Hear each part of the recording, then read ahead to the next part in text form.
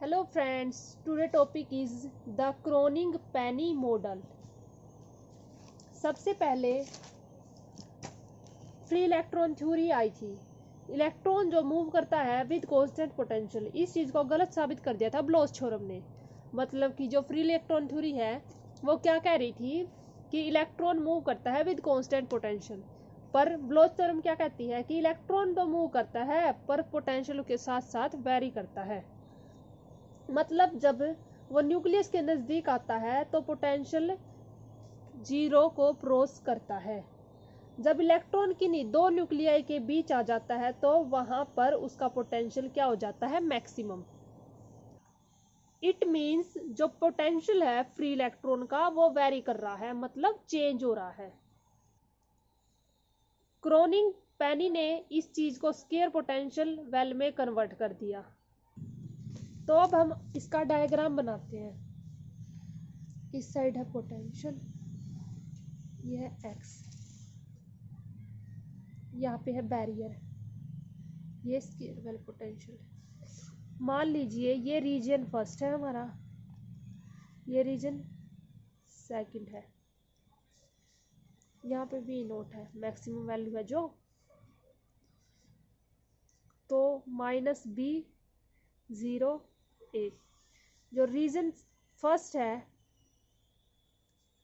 वहाँ पे पोटेंशियल की वैल्यू, जो रीजन फर्स्ट है वहाँ पे पोटेंशियल की वैल्यू क्या है, 0 2 x a।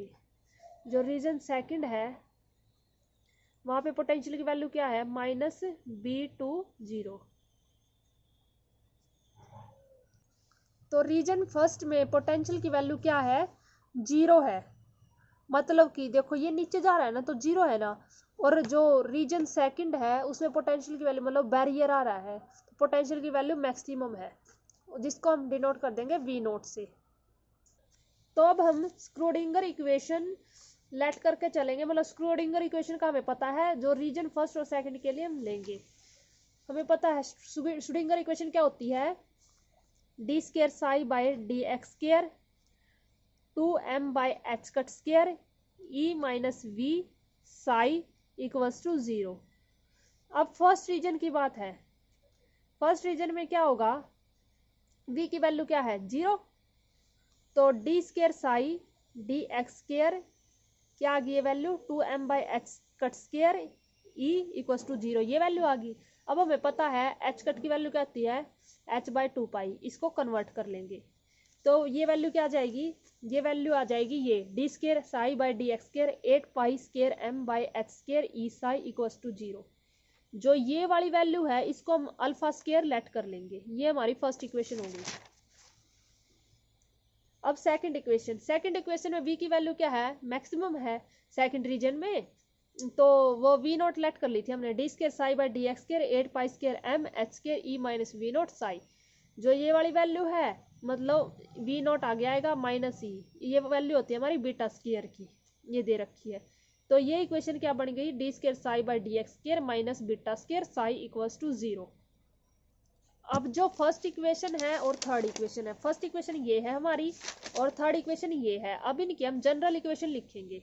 ये क्या होंगी, psi 1x a exponent of iota alpha x plus b exponent of minus iota alpha x, psi 2x equals to c exponent of beta x plus d exponent of minus beta x, जहां पर जो v0 है वो greater than है e से, जहां पर ए b c D है वो कांस्टेंट है हमारे रीजन फर्स्ट में और सेकंड में respectively. There values can be obtained by applying the following boundaries condition, जिनकी वैल्यू हम तभी निकाल सकते हैं जब हम ये बाउंड्री कंडीशन अप्लाई करेंगे। Sai 1x x equals to 0, जहाँ पे x की वैल्यू 0 है, psi equals to mod of psi 2x x equals to 0, d psi 1 by D x, x की वैल्यू 0 है, d psi 2 by D x, x की value जहाँ पे 0 है। ऐसे ही यहाँ पे x की वैल्यू a ले लेंगे, x की वैल्यू माइनस b ले लेंगे बाउंड्री कंडीशन के लिए, D psi 1 by D x ऐसे ही यहाँ पे हो जाएगा। अब हम ब्लोच थ्योरम से ये वाली वैल्यू निकाल लेंगे। Making use of equation 6 we can write, 6 equation ये है हमारी, साई के x plus a plus b, psi के x exponent of iota k a plus b. अब इससे साई के एक्स की वैल्यू का निकाल लेंगे तो ये उस साइड चला जाएगा, उस साइड जाएगा तो माइनस का हो जाएगा, minus iota k a plus b. Incorporating this requirement at x equals to minus b and x equals to a, the equation 9th and 10th become। अगर हम x की वैल्यू माइनस बी पुट करें और x की value a put करें तो 9th और 10th equation क्या बन जाएगी? 9th ये इक्वेशन है, 10th ये है। फ्रॉम 9th इक्वेशन से मतलब x की वैल्यू क्या है? माइनस बी, तो psi 2 minus b, psi 1 x equals to a है, तो psi 2 minus b, psi 1 a exponent of as it is minus iota k a plus b. अब इसका डेरिवेटिव करेंगे d psi 2 by D x, x की value क्या है? Minus b, equals to d psi 1 by D x, x की value क्या है? A exponent of minus iota k a plus B. ये दो वैल्यू आ गई हमारी। Now applying the boundary condition in equation 7th, 8th, 11th and 12, we obtain the following modified equation। अब हम इन पर दोबारा से मॉडिफाइड मतलब कि मॉडिफाइड इक्वेशन प्राप्त करने के लिए बाउंड्री कंडीशन लगाएंगे। जो 7th और 8th इक्वेशंस है साई 1 और साई 2 एक्स है, इसी तरह मतलब जैसे एक्स की वैल्यू 0 पुट करके इस इक्वेशन में इसके इक्वल यहाँ पे भी x की वैल्यू 0 पुट करेंगे तो e raise to power 0 1, e raise to power 0 1, तो a plus b equals to c plus d. ये इक्वेशन आ गई। ऐसे ही सेकंड यहाँ पे जैसे d psi 1 by D x, d psi 1 का डेरिवेटिव करेंगे with respect to x, d psi 2 का डेरिवेटिव करेंगे विद रिस्पेक्ट टू एक्स, तो ये वाली वैल्यू आ जाएगी हमारी। ऐसी ये दो वैल्यू आ जाएंगी हमारी। उसके बाद जो ये 4 इक्वेशंस आई है इनको हम डिटर्मिनेंट फॉर्म में लिख लेंगे, जो क्योंकि हमें क्या चाहिए, जो इक्वेशन 13, 14, 15 एंड 16 है will have non vanishing solution, जिनके सॉल्यूशन वैनिश नहीं हो रहे। तो if and only if the determinant of the coefficient a b c and d vanishes, जब तक coefficient a b c d के वैनिश होंगे तभी हमारी जो ये वैल्यू है इन सॉल्यूशन की नॉन वैनिशिंग आएंगी। तो डिटर्मिनेंट फॉर्म लिख ली। 4 into 4 मैट्रिक्स हमें निकालनी आती है, उसी के हिसाब से हमारी ये इक्वेशन आ जाएंगी इस डिटर्मिनेंट को सिंप्लीफाई करके। ये वैल्यू आ गई हमारी। उसके बाद sine hyperbolic beta b approach कर रहा है बीटा बी को, और cos hyperbolic beta b approach कर रहा है 1 को, as beta tends to 0, beta की वैल्यू 0 है। तो इक्वेशन 17 क्या बन जाती है? कोस के ए बी की वैल्यू 0 है, beta square minus alpha square 2 alpha beta, sine alpha a, sine hyperbolic beta b की वैल्यू थी हमारी beta b, cos alpha a इसकी वैल्यू थी हमारी, कोस हाइपरबोलिक बीटा बी की वैल्यू हमारी थी 1। तो ये इक्वेशन बन गई। Where beta square minus alpha square, beta की वैल्यू हमने निकाल ही रखी है और अल्फा स्केयर की वैल्यू भी निकाल रखी है। देखो ये अल्फा स्केयर की वैल्यू ये है, बीटा स्केयर की वैल्यू ये है। यहाँ से हम beta square minus alpha square की वैल्यू निकाल सकते हैं। तो हमारी beta square minus alpha square की वैल्यू क्या आ गई? ये वाली वैल्यू आ गई। अब हमें पता है बी नोट है जो मच ग्रेटर देन है ई से, सो दैट ये ई नेग्लेक्ट हो गया, तो ये वैल्यू आ गई हमारी beta square minus alpha square की। अब इस वैल्यू को इस वैल्यू में सब्सटीट्यूट कर दीजिए, तो हमारी ये वाली वैल्यू आ जाएगी। मल्टीप्लाई कर दो एंड डिवाइड कर दो ए से, तो हमारी ये वाली वैल्यू आ गई, जहाँ पे p की वैल्यू है 4 pi square m a by H square V naught b. अब अगर हम p by alpha a sine alpha a plus cos alpha a के बी और अल्फा ए के बीच में डायग्राम बनाते हैं, मतलब ग्राफ बनाते हैं, तो हमारा ग्राफ ऐसे बनेगा।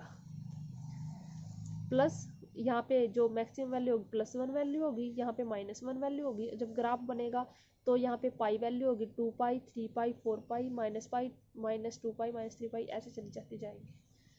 ठीक है। और energy versus wave vector for a 1 dimensional lattice, इसकी वैल्यू क्या बनेगी? इसका डायग्राम क्या बनेगा? ये डायग्राम बनेगा। अब हमें क्या निकालना है? एनर्जी निकालनी है ना। As sine alpha by alpha a की वैल्यू 0 है, तो साइन अल्फा ए की वैल्यू क्या हो गई, 0 हो गई। तो अल्फा ए साइन 0 कहाँ पे होता है, 0 पे, मतलब 0 पे, पाई पे, 2 पाई पे, 3 पाई पे, तो plus minus n pi by a लिख सकते हैं हम। तो अल्फा स्केयर की वैल्यू क्या आ गई, n pi by a, alpha की वैल्यू आ गई, तो अल्फा स्केयर की वैल्यू हो जाएगी ये। तो हाउएवर फ्रॉम इक्वेशन 2 वी है, जो अल्फा स्केयर की वैल्यू थी हमने निकाल रखी थी, ये वाली वैल्यू थी जिसकी, तो अल्फा की वैल्यू एक ये है, इन दोनों को इक्वल पुट करके ई की वैल्यू हम निकाल सकते हैं, जो कि हमारी एनर्जी है।